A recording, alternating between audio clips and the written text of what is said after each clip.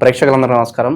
ఈరోజు మన స్టూడియోలో ప్రముఖ ఆధ్యాత్మికవేత్త, జ్యోతిష్య వాస్తు పండితులు, లలితాదేవి ఉపాసకులు బ్రహ్మశ్రీ నానాజీ పట్నాయక్ గారు ఉన్నారు. గురువుగారితో మాట్లాడదాం. నమస్కారం. శ్రీమాత్రే నమః. జూన్ మాసంలో కన్యా రాశి వారి పరిస్థితి ఓవరాల్గా ఏ విధంగా ఉండబోతుంది? ఎలాంటి జాగ్రత్తలు, పరిహారాలు తీసుకోవాలి గురుగారు జూన్ మాసంలో? కన్యారాశి వారికి ఒక 1.5 year నుంచి ఉన్నటువంటి కేతు పక్కకి జరిగాడండి. ఫస్ట్ ఆఫ్ ఆల్ మనకు తెలుసుకోవాల్సింది. సో దీనివల్ల ఏమిటి అంటే ఒక తెలియని ఒక నిర్లిప్తత, నిరాశ, ఒక డిప్రెషన్లో ఉన్నటువంటి తత్వం మొత్తం క్లియర్ అవుతుంది ఇక్కడ మనకి. అంటే ఆ మైండ్ సెట్ నుంచి మనిషి బయటకు వస్తాడు. మొట్టమొదటిగా మనకు కావాల్సింది అది, డిప్రెషన్ ఉండకూడదు మనిషికి. కేతువు డిప్రెషన్కి ఒక రకంగా చెప్పాలంటే స్పిరిచువల్ లైన్లోకి వెళ్తే మళ్ళీ డిప్రెషన్ ఉండదు ఎవరికైనా. స్పిరిచువల్ లైన్లో ఉన్నాం, రోజు ఆలయానికి వెళ్తున్నాం, వాళ్ళకు ఉండదు. సో అది పక్కకు పోతుంది.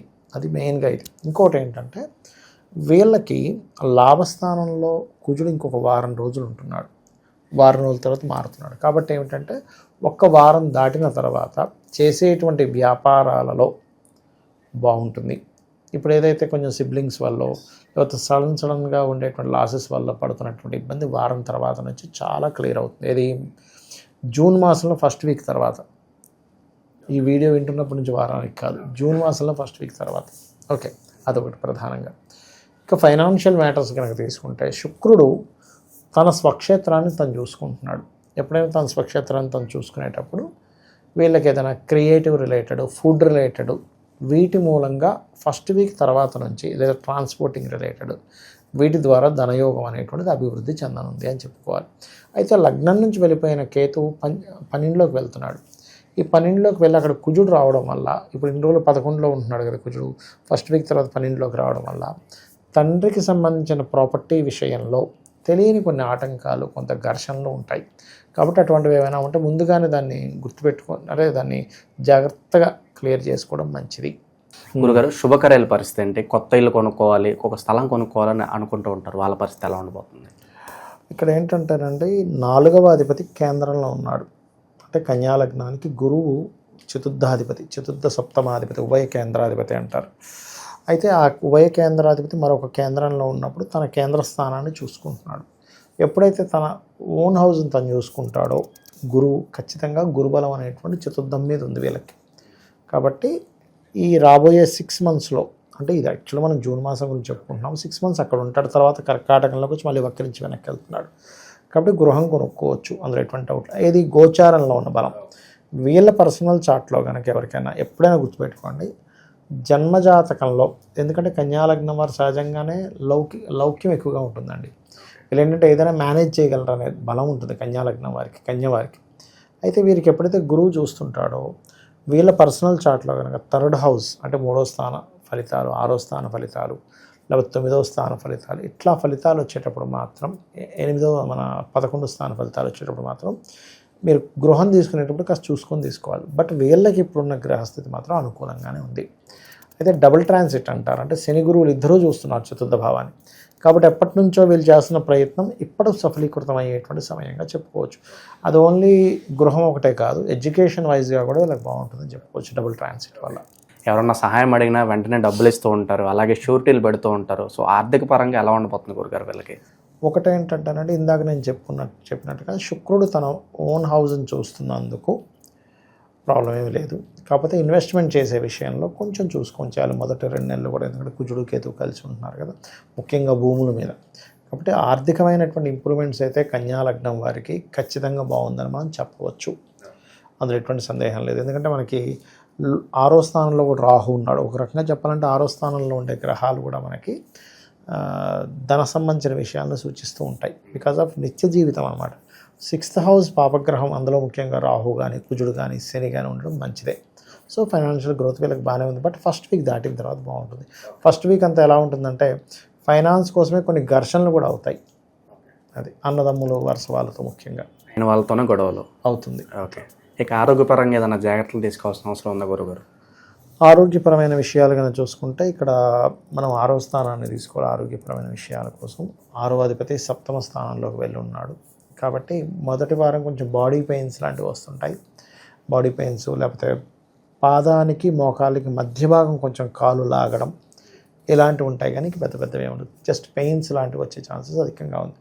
ఎప్పుడైనా కూడా ఈ అనారోగ్య సమస్యలు అనేవి వాళ్ళ పూర్వజన్మ కర్మను చూడాలి పర్సనల్ చార్ట్లో. అంటే 6వ స్థానము, 5వ స్థానము, 4వ స్థానం 3 స్థానాలు చూడాలి. ఎందుకంటే 5వ స్థానము 6వ స్థానం 4 అంటే ఈ 6 అనేది పూర్వజన్మ కర్మ అండి. మనం చేసుకున్న పూర్వజన్మ కర్మే రుణ రూపంలో రావాలా, రోగ రూపంలో రావాలా, లేకపోతే అప్పు రూపంలో రావాలా డిసైడ్ అవుతుంది. దీనికి మళ్ళీ 3 గ్రహాలు విడిగా చూసుకోవాలి. అంటే బుధుడు పాడయ్యాడా, శని పాడయ్యాడా, కుజుడు పాడయ్యాడా. కుజుడు పాడైతే ఈ గొడవలు, శత్రుత్వాలు, శని పాడైతే రోగాలు, బుధుడు పాడైతే అప్పులు.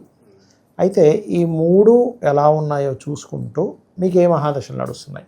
అందులో పర్టికులర్గా 6 పాడైంది, ఇది 5 పాడైంది, రోగం వస్తుంది కానీ ఇమ్యూనిటీ లేక మందులు పనిచేయవు. ఎందుకంటే 5వ స్థానం ఇమ్యూనిటీ అండి. అందుకే మంత్రం చేసుకోండి, జపం చేసుకోండి అంటాం. ఎందుకు? దానివల్ల హ్యాపీగా ఉండండి అంటాం. అందుకే మనం చూడండి, ఏదైనా వ్యక్తికి హెల్త్ ఇష్యూ వచ్చింది, ఫ్రెండ్స్ వెళ్ళగానే తగ్గుతుంది. ఎందుకు? 5వ స్థానంలో స్నేహితులు ఉంటారు. వాళ్ళు రోగాన్ని అంటే వాళ్ళకి తెలియని ఒక ఆనందం వస్తుంది. చూడండి, మీ క్లాస్మేట్ చిన్నప్పుడు ఎవరైనా కలిశారు, సడన్గా అప్పటికప్పుడు ఇమీడియట్గా ఒక ఆనందం వస్తుంది. చూడండి, అరే నువ్వు వచ్చావా.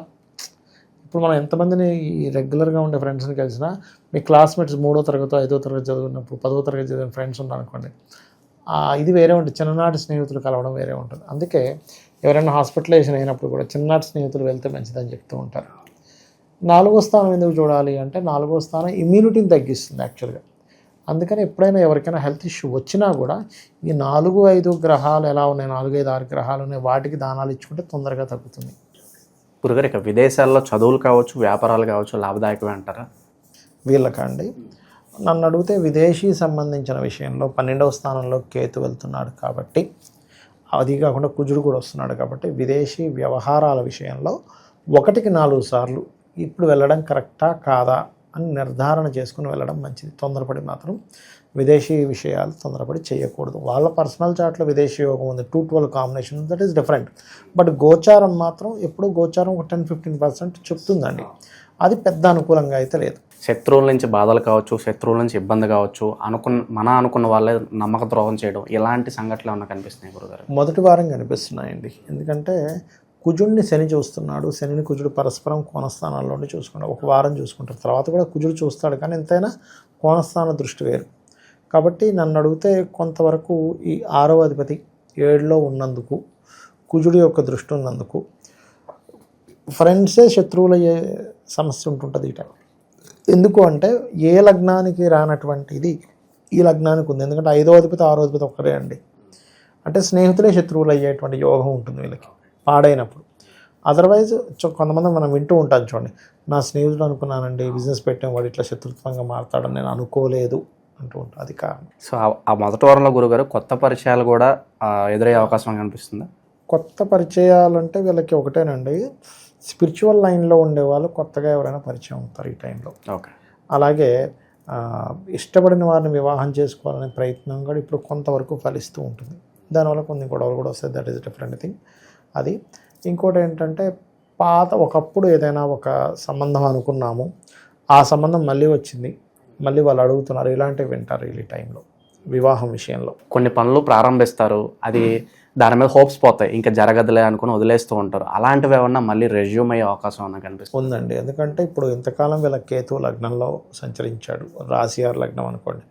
ఈ కేతు 12లోకి వెళ్ళిపోయాడు. అంటే గతంలో ఎన్నో ప్రయత్నాలు చేసి ఆగిపోయినవి ఇప్పుడు కొంచెం కదిలేటువంటి మూమెంట్స్. ఓకే. ఎప్పుడైతే మనకి లగ్నం నుంచి కేతు వెళ్ళిపోయాడు, అయితే 12లో ఉన్నందుకు మాత్రం నేను ఇందాక చెప్పినట్టుగా తండ్రి ఆస్తి విషయంలో ఏమైనా చిన్న చిన్న డిస్టర్బెన్స్ వస్తున్నాయన్నప్పుడు గణపతి హోమం వాళ్ళు చేయించుకుంటే మంచిది. ప్రజెంట్ ఉన్న గ్రహస్థితి బట్టి గురుగారు, ఈ రాశి వాళ్ళకి ఎలాంటి పరిహారాలు బాగా అవసరం అంటారు?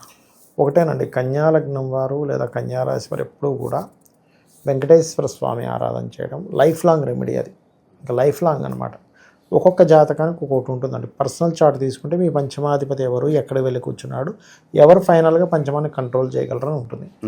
బట్ జనరల్గా తీసుకుంటే కన్యా లగ్నం లేదా కన్యా రాశి వాళ్ళు వెంకటేశ్వర స్వామిని, ఎందుకంటే ఆ ఎనర్జీ ఎందుకు మనకి ఇన్ని అవతారాలు అంటే ఒక్కొక్కది ఒక్కొక్కటి ఎనర్జీ. ఇప్పుడు నరసింహస్వామి అవతారానికి ముందు చాలా అవతారాలు అయ్యాయండి. హిరణ్యకశిపుని సంహరించడం నరసింహ అవతారమే అవసరం అక్కడ. ఎందుకు? ఆయన కోరిక అలా ఉంది. ఆయన ఎలాంటి వాళ్ళతో ఎలాంటి చావు రాకూడదని ఆయన అనుకున్నాడు అంటే, పగలు కానీ రాత్రి కానీ ఇంటి కానీ బయట కానీ ఆకాశంలో కానీ భూమి మీద ఇవేవి నాకు అవ్వకూడదు, ఎటువంటి వెపన్స్తో నాకు జరగకూడదు అనుకున్న గోర్లతో జీల్చేసాడు. అలాగే ఎలా ఉంటుందంటే, మనకి మనం చేసుకున్న పూర్వజన్మ కర్మల్ని బట్టి మనకి రుణ రోగ శత్రువులు వస్తూ ఉంటాయి. దాన్ని కంట్రోల్ చేసేది పంచమం. వీళ్ళకి ఈ కలియుగ దైవమైనటువంటి వెంకటేశ్వర స్వామి యొక్క నామస్మరణే అద్భుతాలు చేస్తుంది. దీంతోపాటు వాళ్ళ పర్సనల్ చార్ట్లో పంచమాన్ని ఎవరు ఫైనల్ తీసుకున్నారు, ఫైనల్స్గా ఒకరు తీసుకుంటారు, పంచమాన్ని కంట్రోల్ చేసే వాళ్ళు వీళ్ళు అని, వాళ్ళని కనుక చేసుకుంటే ఇంకా బాగుంటుంది. ఈ రాశి వాళ్ళకు ఓవరాల్గా జూన్ మాసంలో ఏ విధంగా ఉండబోతుంది, ఎలాంటి రెమెడీస్ చేసుకోవాలి, చాలా బాగా వివరించారు గురుగారు. ధన్యవాదాలు. శ్రీమాత్రే నమః.